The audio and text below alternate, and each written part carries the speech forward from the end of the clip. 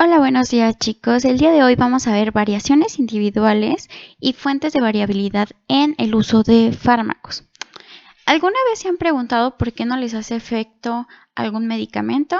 Es decir, por ejemplo, si se toman, no sé, una pastilla para el dolor de cabeza y no les hizo el mismo efecto que anteriormente o nunca les ha hecho ningún efecto, pues el día de hoy vamos a ver por qué pasa esto y a qué factores se debe. Factores que modifican la acción farmacológica. Existen muchísimos factores ambientales y del huésped que influyen en la respuesta del fármaco, como podría ser la talla, el peso, edad, sexo, especie, raza, genética, factores psicológicos, acumulación y tolerancia. Vamos a ir viendo cada uno de estos. Empecemos con lo que sería la talla y el peso. La talla y peso es muy importante cada que asistimos al médico que la estén monitoreando porque primeramente nos sirve para formular la dosis que va a ser administrada. Vamos a ver para la siguiente clase todo lo de dosis, así que no voy a introducirme tanto en este tema, pero para que tomen en cuenta que este aspecto de talla y peso nos sirve para eso. Otra situación importante que se debe ver aquí es que una vez que el fármaco penetra en la circulación, este se va a distribuir en los diferentes tejidos, pero hay ocasiones donde la distribución no suele ser uniforme. ¿Por qué? Porque tenemos más porcentajes de grasa. Y también hay cambios en el pH, la permeabilidad de las membranas celulares puede ser un poco lenta, puede haber muchas variaciones.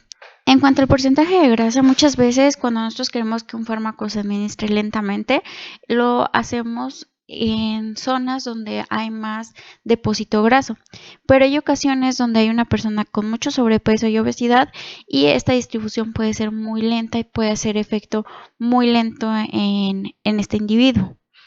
Por ello es importante tomar en cuenta cuál es la talla y el peso del paciente.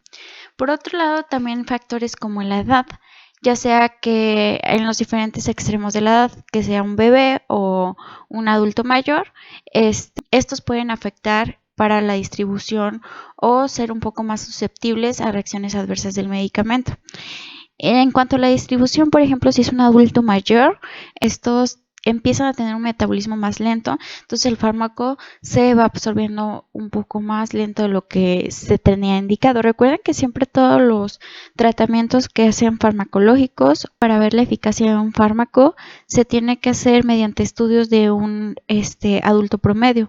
Lo mismo pasa con los niños. Como están haciendo en persona promedio, tiene que hacerse un ajuste en la dosis del infante. Entonces, se tiene que tomar en cuenta que los extremos de edad también va a haber alguna variabilidad. En cuanto al sexo, hay un claro ejemplo en el porcentaje de grasa. Las mujeres tendemos a acumular un poco más de grasa que un hombre por el simple hecho de que estamos predestinadas o estamos preparando nuestro cuerpo para la formación de un individuo. Acuérdense que la grasa son almacenes de energía y en dado caso si alguien queda embarazada, pues esas reservas se utilizan. También hay una gran incidencia a tener un menor tamaño y podemos tener alteraciones hormonales.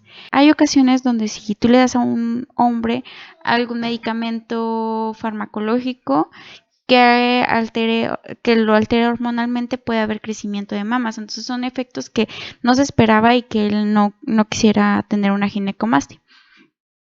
Por otro lado tenemos la especie o raza. Hay muchas diferencias de capacidad de respuesta a fármacos entre distintas especies. Hay veces que hay mayor tolerancia entre una especie que otra.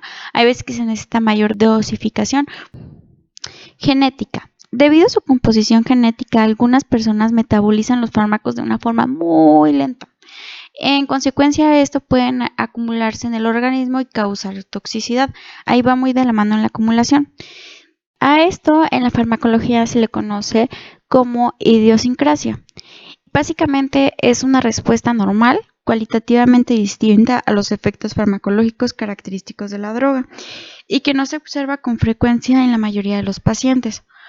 Por lo general, entonces, este cambio es causado por diferencias genéticas en el metabolismo del fármaco o por un mecanismo inmunológico. Ahora, factores psicológicos.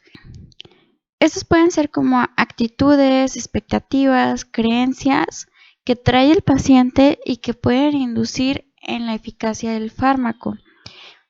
Por ejemplo, imagínense que una paciente quiere bajar de peso y ella ya tiene ciertas expectativas de ese medicamento que dijeron en el comercial que iban a bajar 10 kilos. Entonces, la paciente dice, me voy a tomar estas pastillas durante una semana y voy a bajar 10 kilos y no los baja, entonces ella piensa que el medicamento perdió eficacia y pues o se tiene que tomar más dosis, pero realmente pues son diferentes factores los que pueden estar afectando. Inclusive puede ser hasta mercadotecnia.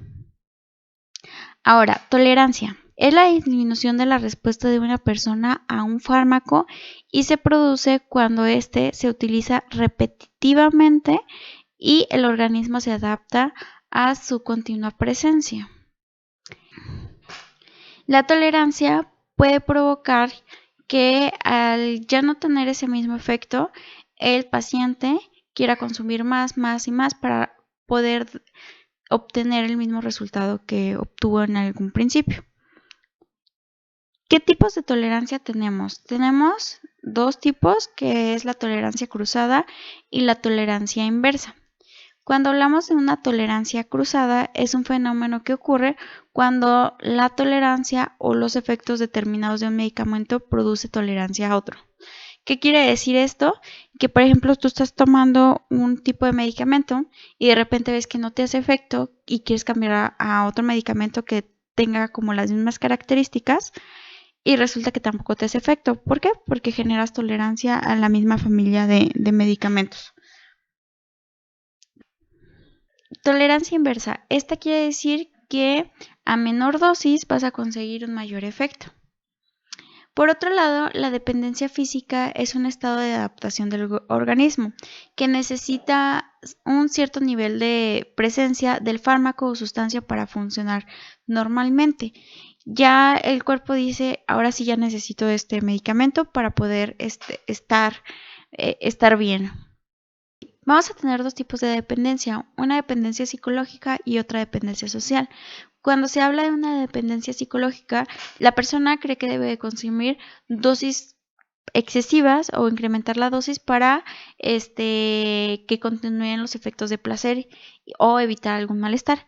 Y cuando se habla de una dependencia social, quiere decir que se siente la necesidad de consumir cierta sustancia para estar o pertenecer a cierto grupo social.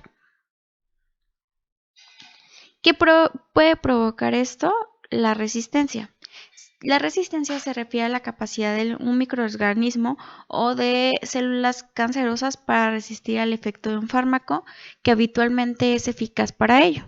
Entonces esta agarra fuerzas porque estuvo consumiendo mucho este fármaco.